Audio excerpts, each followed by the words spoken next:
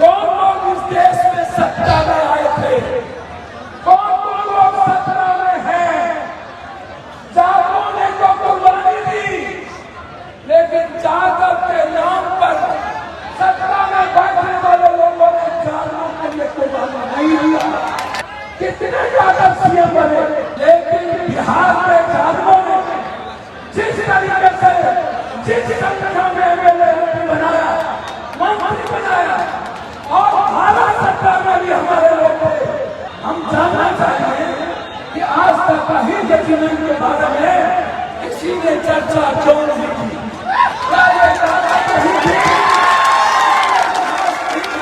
नमस्कार, आप लाइव बिहार देख रहे हैं। मैं हूं राज मोहन तिवारी।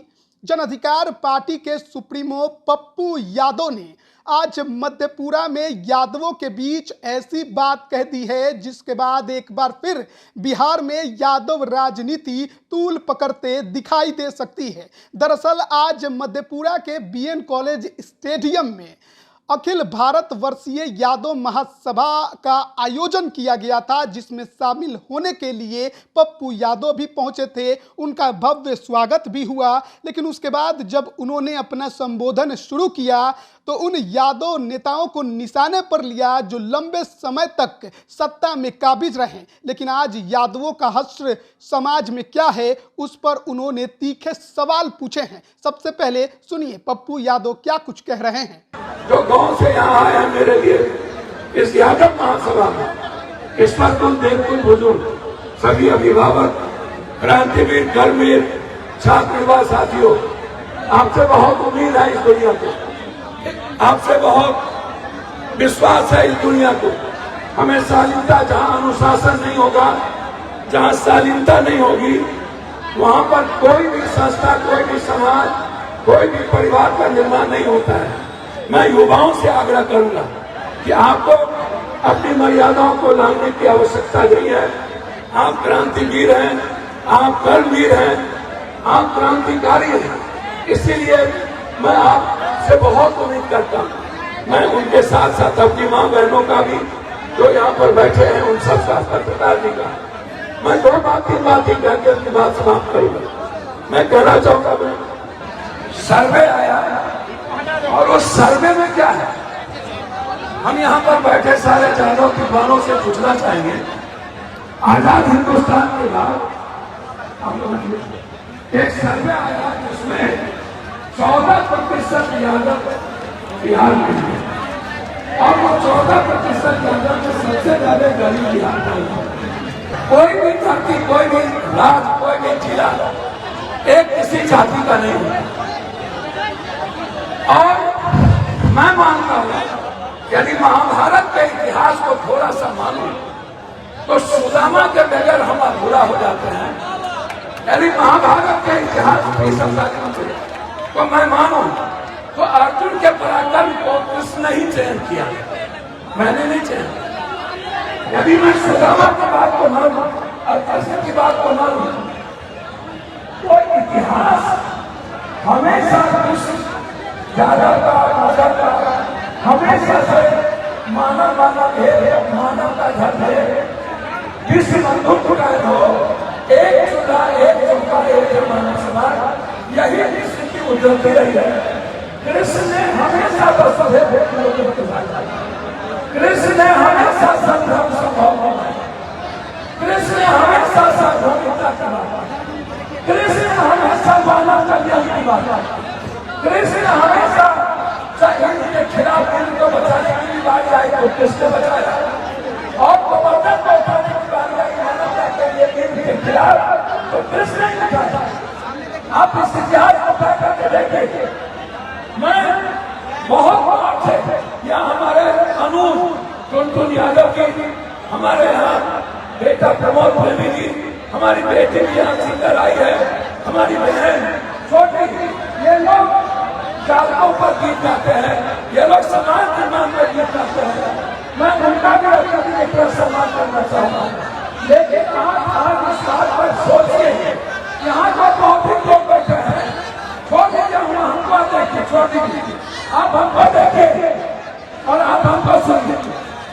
मैं ये जानना चाहूंगा कि 14% ज्यादा होने के बाद 1.6% ही नौकरी आज तक आजाद हिंदुस्तान के बाद क्यों है? ये कौन दोषी है? दोषी कौन है ये मैं जानना चाहूंगा इस मंच से। कौन लोग इस देश में सत्ता में आए थे? कौन लोग सत्ता में हैं?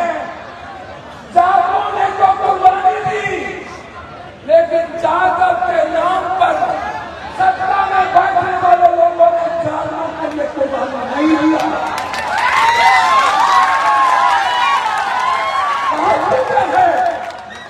सिर्फ यह कहना कि समाज कितने ज्यादा सीएम बने और सिर्फ यह कह देना कि मैं ऐसा इतिहास लिखा, ऐसा इतिहास लिखा। ये भूपेंद्र बाबू जैसे विप्लवी इंसान की धरती, श्रीरंगन बाबू, कीर्ति बाबू, दीदी बंदर, मैं मान रहा हूँ एक ऐसा ऋषि तो सिर्फ भूपेंद्र बाबू, मैं श्रीरंगन बाबू जैसे कैरेक्टर को मैं मानता हूँ, कीर्ति बाबू जैसे कैरेक्टर को, जिन्होंने समाज के निर्माण में मानव की भूमिका को बदल दिया। हम मानेंगे न्यायमूर्ति राजेंद्र प्रसाद, हम मानेंगे डॉक्टर बलिराज यादव को, जिन्होंने हमारे समाज में प्रक्रिया स्थापना की। ऐसे लोगों का सम्मान, लेकिन बिहार के यादवों ने जिस तरीके से जिस संगठन में एमएलए बनाया, मंत्री बनाया और भारत सरकार में भी हमारे लोग थे, मुलायम सिंह जी रक्षा मंत्री थे। भारत सरकार में हम कांग्रेस के साथ हम सरकार में थे, देवेगौड़ा प्रधानमंत्री थे, गुजरात प्रधानमंत्री थे। हम जानना चाहते हैं कि आज तक कहीं जमीन के बारे में किसी ने चर्चा क्यों नहीं की?